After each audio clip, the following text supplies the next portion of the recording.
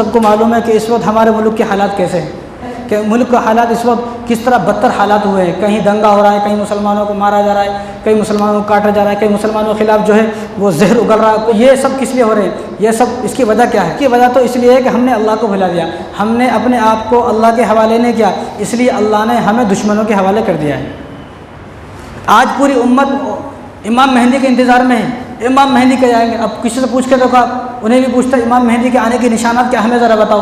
تو اس لیے میں ان لوگوں کو بولتا ہوں کہ تم لوگ امام مہدی کا انتظار کر رہے ہو، ہم لوگ تمہارا انتظار کر رہے ہیں کب مسجد کو آؤ گے. ان میں آ کر نماز جمعہ پڑھ لینا کوئی کمال نہیں ہے، فجر کی نماز میں آؤ تو معلوم ہوگا. فجر کی نماز میں کہاں ہیں لوگ؟ آج دشمنوں کی دل میں ہماری اتنی نفرت کیوں پیدا ہو گئی؟ یا اس کی زمینوں پر قبضہ کر لیے، یا اس کے بینک اکاؤنٹ کے سارے پیسے اپنے نام کرا لیے. کچھ کرے؟ کچھ بھی نہیں کرے. نہ ہمیں جانتا ہے، نہ پہچانتا ہے، نہ کوئی معلوم ہے تو کچھ. پھر بھی انہیں مسلمانوں کا دشمن کیوں بن گیا؟ کیونکہ اللہ نے اس کے دل میں ہماری دشمنی ڈال دی. کیوں؟ کیونکہ ہم اللہ کے دشمن بنے ہوئے، ہم اللہ کی نافرمانی کر رہے ہیں، اللہ کے احکام کو توڑ رہے ہیں. نماز سے ہمیں نفرت ہے، قرآن سے ہمیں نفرت ہے، داڑھی سے ہمیں نفرت ہے، کرتے پجامے سے ہمیں نفرت ہے. ہمیں کیا پسند ہے؟ ہمیں وہ پسند ہے یہودی والا لباس، یہودی والا چہرہ، داڑھی ہمیں بالکل پسند نہیں ہے. ہماری شادی غیروں کے مطابق ہے، سارے کام ہمارے یہودی عیسائی والے ہیں. اس لیے اللہ تبارک و تعالیٰ فرما رہے ہیں ٹھیک ہے، جب تمہیں سارے کام یہودی عیسائی والے پسند ہے، اب میں تمہاری محبت نہیں ڈالوں گا غیر مسلموں کے دل میں، اب تمہاری دشمنی ڈالوں گا. اب اس کو روکے گا کون؟ دنیا میں کوئی بھی آدمی ایسا نہیں ہے اس دنگے فساد کو روک سکتا ہے. صرف ایک ذات ایسی ہے جو اس کو روک سکتی ہے، وہ اللہ کی ذات ہے. بس اللہ کی ذات کے علاوہ کوئی ایسا نہیں ہے جو روک سکتا ہو. تو کیا کرنا ہے؟ سب سے پہلے اللہ کی طرف آنا ہے. سب سے پہلے مسلمانوں کو اللہ کی طرف آنا ہے. بس وہ کچھ نہیں کرنا ہے، اللہ کریں گے. جو ہمارے وکیل اللہ ہیں، حسبنا اللہ و نعم الوکیل. ہمارے وکیل اللہ ہے، اللہ ہمارے لیے کارساز ہے، میرے لیے اللہ ہی کافی ہیں. ہمارے وکیل کون ہیں؟ جب آدمی وہ اوپر کوئی کیس چل جاتا ہے نا، وکیل کو کر لیتا نہیں کر لیتا، اب انہیں گھر میں آرام سے بیٹھا رہتا ہے، جو کرے گا میرا وکیل کرے گا بھائی، میرا وکیل. تو ہمارا وکیل بھی اللہ ہے. تو ہمارا وکیل اللہ جب ہوگا، جب ہم اپنے آپ کو اللہ کے حوالے کریں گے، تو سب سے پہلے کیا کرنا ہے؟ مسجدوں کو آباد کرنا ہے. خالی باتوں سے کچھ نہیں ہوگا، خالی باتیں کرتے رہو. فجر کی نماز میں مسجد کو کوئی بھی نہیں آتے، لیکن جس کو فجر کی نماز پڑھے بھی 1 مہینہ ہو گیا، انہیں بھی بہترین اسٹیٹس لگا کے رکھتا ہے، مسلمانوں نماز پڑھو. انہیں بھی بولتا ہے مسلمانوں بھائی تو کون ہے؟ پھر تو اپنے بارے میں بتا پہلے تو کون ہے. فیس بک، انسٹاگرام اور واٹس ایپ بھرے ہوئے ہیں دینی چیزوں سے، دینیات کی چیزوں سے، اچھی چیزوں سے بھرے ہوئے ہیں، لیکن بس وہ چیزیں ہمارے دل کے اندر نہیں ہے. فرق یہ ہے ہم مسلمان تو ہیں، لیکن ہم فیس بک کے مسلمان ہیں، واٹس ایپ کے مسلمان ہیں، انسٹاگرام کے مسلمان ہیں. بس ہم اپنے دل کے مسلمان نہیں ہیں، خود سے مسلمان نہیں. پہلے خود سے اپنے دل کو مسلمان بنائیں. ہمارا صرف جسم جو ہے نا وہ مسلمانوں کا ہے، دل مسلمانوں کا نہیں ہے. کاش کہ ہمارا دل بھی مومن ہوتا، کاش کہ ہمارا دل بھی مسلمانوں کا ہوتا، تو یہ حالات ہمارے اوپر نہ آتے. تو سب سے پہلے کیا کرنا ہے؟ اللہ کی طرف آنا ہے اور مسجدوں کو آباد کرنا ہے. مسجدیں خالی رہیں گی تو بھائی یہ حالاتوں کو کوئی بدلنے والا نہیں ہے. ان حالاتوں کو صرف اللہ ہی بدلنے والے ہیں. اللہ جب بدلیں گے، جب ہم اللہ کے گھر کو آباد کریں گے، اللہ کے گھر کو جب ہم آباد کریں گے، اللہ ہمارے ملک کو آباد کریں گے، اللہ ہمارے گھر کو آباد کریں گے، ہماری بستیوں کو آباد کریں گے، ہمارے شہر کو آباد کریں گے اللہ. تو سب سے پہلے اللہ کی طرف آئیں، مسجدوں کو آباد کریں. اور دوسرا کام کیا کرنا ہے؟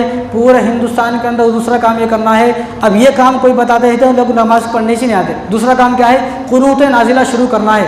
فجر کی نماز میں قنوت نازلہ پڑھی جاتی ہے. اور جہاں جہاں پر ہریانہ کے اندر یہ حادثے ہوئے ہیں، ان لوگوں سے خاص طور سے درخواست ہے کہ وہ اپنی ہر مسجد میں ہر روزانہ فجر کی نماز میں قنوت نازلہ شروع کر دیں.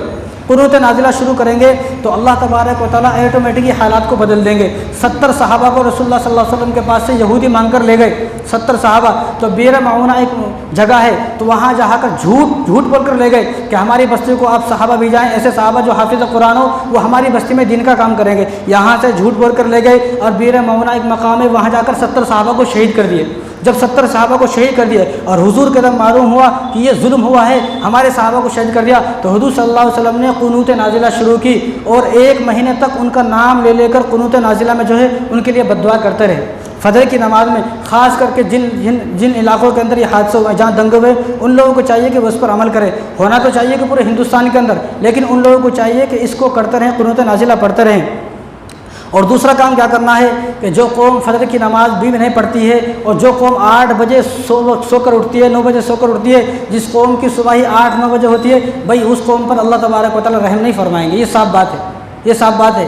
یہ بات ذرا کڑوی ہے، کڑوی لگتی ہے، لیکن یہ حقیقت بات ہے، جب تک ہم لوگ فجر کی نماز میں نہیں اٹھیں گے حالات بدلنے والے نہیں ہیں، کسی بھی طرح حالات بدل لیں گے چاہے آپ کتنی بھی کوشش کر لیں۔ دوسرا کام کیا کرنا ہے کہ ہر مسلمان کو آیت کریمہ پڑھنا ہے۔ ترمذی کی روایت ہے، رسول اللہ صلی اللہ علیہ وسلم ارشاد فرمایا کہ جو آدمی جس مقصد کے لیے بھی آیت کریمہ پڑھتا ہے تو اللہ تبارک و تعالیٰ اس کے اس مقصد کو ضرور پورا فرماتے ہیں۔ یونس علیہ السلام مچھلی کے پیٹ میں چلے گئے تو حضور صلی اللہ علیہ وسلم نے فرمایا اگر وہ مچھلی کے پیٹ میں گئے کریمہ نہ پڑھتے، لا الہ الا انت سبحانک انی کنت من الظالمین نہ پڑھتے تو وہ قیامت تک بھی مچھلی کے پیٹ سے باہر نہ نکلتے۔ انہوں نے مچھلی کے پیٹ میں جا کر آیت کریمہ پڑھی تو اللہ تبارک و تعالیٰ نے صرف 40 دن کے بعد ان کو جو ہے ان کے حالات بھی درست فرما دیے، اور ان کی قوم جس قوم سے وہ بھاگ کر گئے وہ قوم ایمان بھی لے آئی، ان لوگوں نے توبہ بھی کی اور ان کے حالات پہلے سے بہتر ہو گئے، اور مچھلی کے پیٹ سے صرف 40 دن کے اندر باہر آ گئے، ورنہ قیامت تک وہ مچھلی کے پیٹ کے اندر رہتے۔ خواتین کو چاہیے کہ وہ ہر وقت اس کو پڑھتے رہیں، لا الہ الا انت سبحانک انی کنت من الظالمین، لیکن خواتین جب پڑھیں گی، خواتین جب نماز پڑھیں گی، آج کل کی خواتین کو تو یہ نہیں معلوم عصر کا وقت کب ہے، مغرب کا وقت کب ہے، وہ نماز کے وقت نہیں معلوم، لوگ تو پھر بھی آ کے مسجد کو پڑھ لیتے ہیں، کیسا بھی اذان کی آواز آتی ہے کیسا بھی شرم حجری میں چلے جاتے ہیں، لیکن خواتین بیچاری مہینے تک بھی نماز نہیں پڑھتی ہے۔ ایسی خواتین کے بارے میں ہم سے پوچھا جائے گا، تو آپ اپنی خواتین کو یہ بات بتائیں کہ اگر ہر وقت بھی نہیں پڑھ سکتے تو ہر نماز کے بعد 100 مرتبہ لا الہ الا انت سبحانک انی کنت من الظالمین۔ اور ایک اور جملہ جو میں نے ابھی بتایا ہے، حسبنا اللہ ونعم الوکیل، اس کو زیادہ سے زیادہ پڑھتے رہیں۔ بخاری کی روایت ہے، رسول اللہ صلی اللہ علیہ وسلم ارشاد فرمایا کہ جس وقت ابراہیم علیہ السلام کو آگ میں ڈالنے لے گئے تو جب وہ آگ میں جانے والے تھے، آگ میں ان کو ڈالا جا رہا تھا، تو یہی جملے بولے حسبنا اللہ ونعم الوکیل۔ جب انہوں نے الفاظ بولے تو اللہ تبارک و تعالیٰ نے ان الفاظوں کی برکت سے ان کی آگ کو ٹھنڈا فرما دیا۔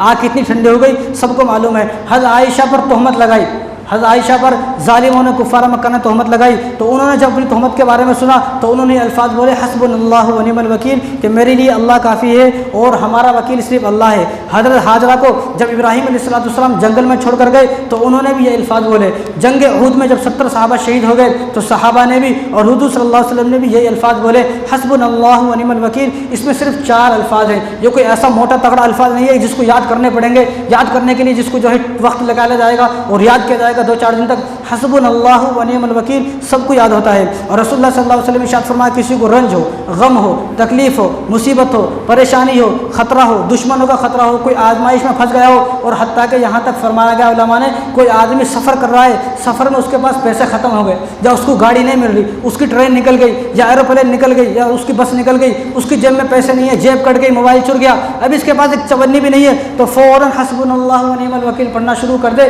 چند مرتبہ وہ پڑھے گا تو اللہ تبارک و تعالیٰ اس کے لیے کوئی نہ کوئی راستہ آسان فرما دیں گے۔ یعنی اس کا مطلب کیا ہے، یعنی ہم کو اللہ پر بھروسہ ہے، اللہ ہمارا وکیل ہے۔ ہماری دیکھو اللہ کی طاقت کے سامنے سب طاقت ختم ہے۔ مخلوق کی طاقت کیا طاقت ہے؟ مخلوق کی طاقت تو کچھ بھی طاقت نہیں ہے۔ اللہ کی جو طاقت ہے، اللہ کی طاقت کے سامنے مخلوق کی طاقت کچھ بھی نہیں ہے۔ اب جو لوگ ظلم کر رہے ہیں، آئے دن ظلم کر رہے ہیں، مسلمانوں کو مار رہے ہیں، یہ مخلوق ہی تو ہے، یہ اللہ تبارک و تعالیٰ سے تو بڑے طاقتور نہیں ہے۔ جب ان الفاظوں کو، ان جملوں کو پڑھیں گے تو اللہ تبارک و تعالیٰ ضرور جو ہے ہمارے لیے کچھ نہ کچھ راستہ نکالیں گے۔ تو سب سے پہلے مسجدوں کو آباد کریں، ہم اللہ کے گھر کو آباد کریں گے، اللہ ہمارے ملک کو آباد کریں گے، ہماری بستی کو، ہمارے شہر کو آباد کریں گے۔ اگر ہم نے اللہ کے گھر کو آباد نہیں کیا، بھائی خدا کی قسم مسجد میں بیٹھ کر میں کہہ رہا ہوں اللہ کی رحمتیں نہیں آ سکتی۔ اللہ کی رحمتیں ان کے ساتھ آئیں گی جو لوگ نیک ہوں گے، جو لوگ مومن ہوں گے۔ ہم لوگ ابھی مومن بنے ہی نہیں۔ رسول اللہ صلی اللہ علیہ وسلم نے ارشاد فرمایا، یہ مسلم شریف کی روایت ہے، حضور نے ارشاد فرمایا کہ میں تمہیں بتاؤں منافق کون ہے، میں تمہیں بتاؤں منافق کون ہے۔ صحابہ حیران ہو گیا، رسول اللہ ضرور بتائیں۔ تو حضور نے ارشاد فرمایا جو آدمی عشاء کی نماز نہیں پڑھتا، فجر کی نماز نہیں پڑھتا ہے، وہ آدمی منافق ہے۔ اب آپ حساب لگا سکتے ہو آپ مومن ہو کہ منافق ہو۔